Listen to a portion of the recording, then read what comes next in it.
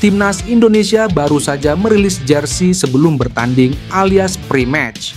Desain tersebut banyak dipuji netizen tanah air.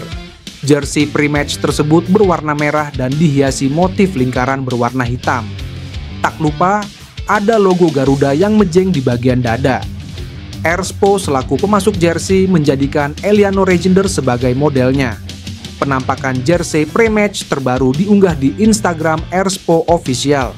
Semangat membara bersama Garuda, tulis Erspo.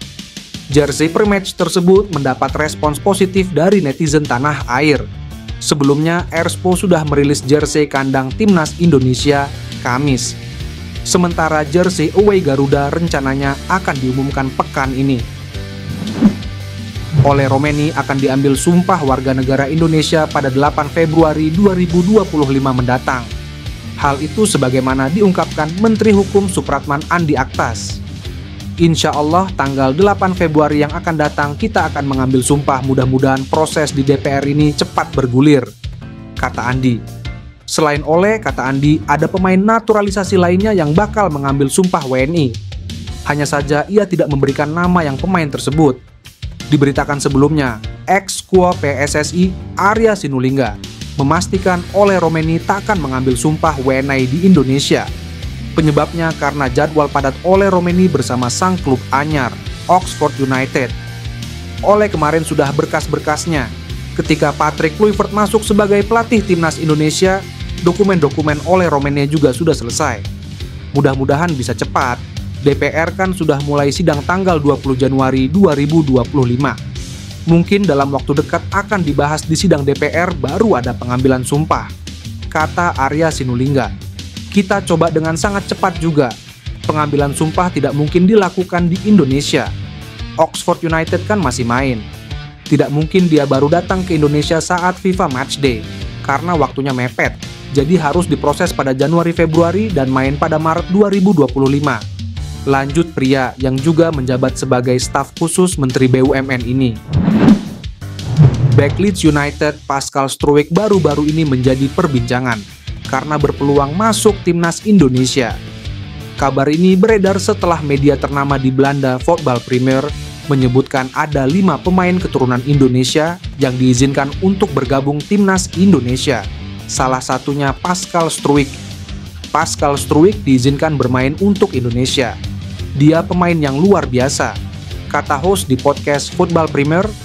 Dikutip dari Transfermarkt, Pascal Struijk bermain di klub Leeds United di English Football Liga Championship atau Liga Sepak Bola tingkat kedua di Inggris. Ia juga pernah masuk timnas U17 Belanda dengan 3 caps. Nama lengkapnya Pascal Augustus Struijk, lahir di Deurne, Belgia, pada 11 Agustus 1999. Puncak karir Struijk ketika bermain di Leeds United.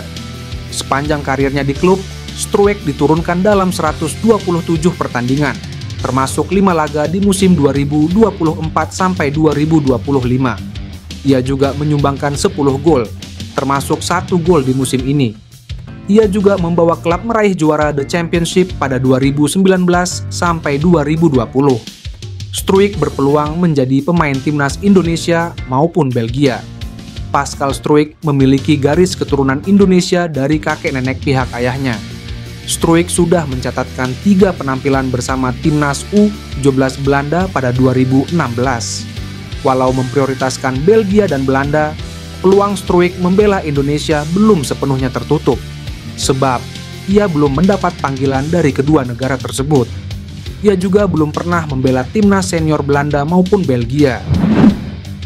Kemenangan Blackpool atas Lincoln City pada lanjutan League One membuat Elkan Baggott mendapat apresiasi dari bek legendaris Manchester United. Steve Bruce yang pernah membawa Man United ke podium juara Premier League pada era kepelatihan Sir Alex Ferguson merupakan pelatih Blackpool. Sebagai sosok yang pernah menjadi bek tengah dan kini menjadi juru latih, Bruce memberi pujian kepada Baggott dan Oliver Casey yang menjadi duel center back Blackpool dalam laga melawan Lincoln City. Saya senang dengan sikap para pemain.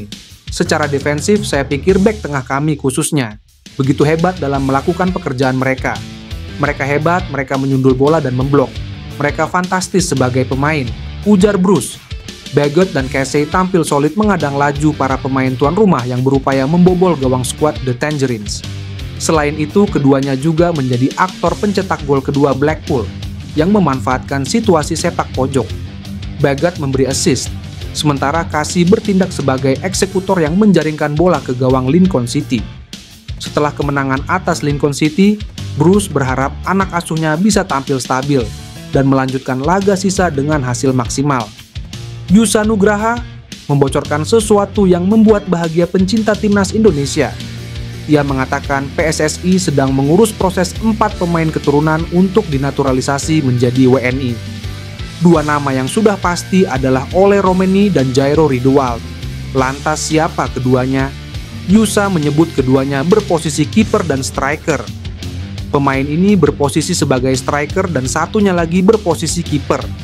Jadi ini juga saya spill sedikit, kata Yusa.